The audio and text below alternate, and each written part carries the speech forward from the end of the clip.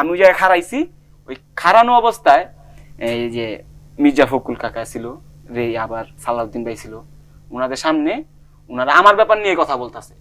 আমি যখন স্টেজ থেকে নামে যাইতাছি, ঠিক আছে, আমি সালাম দিমু ইয়ারে মির্জা ফখরুল কাকা আমি সালাম দিমু, উনি আমার আগে সবার আগে সালাম দিছে।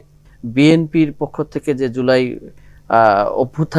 অভ্যুত্থান উপলক্ষে একটা প্রোগ্রাম চিনমৈত্রীতে করা হয়েছিল, সেখানে আপনি বক্তব্য দিচ্ছিলেন, সেখানে বিএনপি ভারপ্রাপ্ত চেয়ারম্যান সাহেব উনিও ছিলেন ভার্চুয়ালি।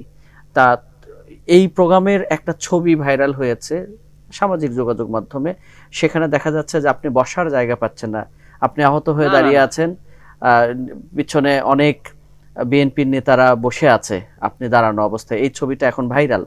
তা আসলে সেই দিনের ঘটনা কি ছিল, এটা একটু পরিষ্কার করবেন? না, আসলে ব্যাপারটা ওরকম না, আমার কাছে ভিডিও আছে, আমি কথা বলি না, যেখানে আপনি আছেন এখানে তো আপনার ভিডিও দরকার পড়ে না। হইছে কি, আমি আপনাকে বলি, আমরা প্রথমে ছিলাম, আমরা মানে আমাদের যাওয়ার কথা ছিল 2টার আগে, আমরা গেছি 2:10, আমরা যা দেখি ভিতরে জাতীয় সঙ্গীত হয়ে যাচ্ছে, তারপর আমরা একটু পরে গেছি, আমাদের জন্য সামনে, ঠিক আছে, 5টা, আমরা 5 জন গেছিলাম আহত, শহীদ পরিবার গেছিল এবং যারা গুম খুন হয়েছে তাদের পরিবার গেছিল। আহতদের ভিতরে আমরা 5 জন গেছিলাম, খালি হাসপাতাল থেকে আর কি।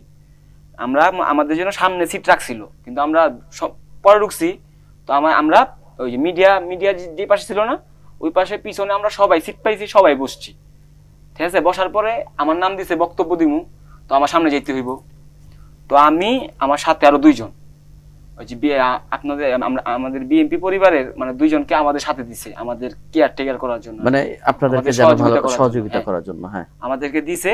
তো ওনারা 2 জন সামনে যায় মিডিয়া সরাইছে এবং মানুষ সরাইছে, সরাই গিয়া, এবং একজন সিনিয়র নেতা উনি উইটটা আমাদেরকে জায়গা দিছে। 2 জন সিনিয়র নেতা, এই রিজবি কাকার পাশে বসা 2 জন সিনিয়র নেতা, আমরা যখন সামনে গেছি, এই যে আবু সাইদ ভাইয়ের ভাই, ঠিক আছে, বক্তব্য দিতে আছে, তো ওই টাইমে বক্তব্য দিতে আছে, তো আমাদের তো খাড়া থাকতে পারি না, আমাদেরকে উইটটা 2 জনের চেয়ার দিছে, আমরা ওই জায়গায় বসছি।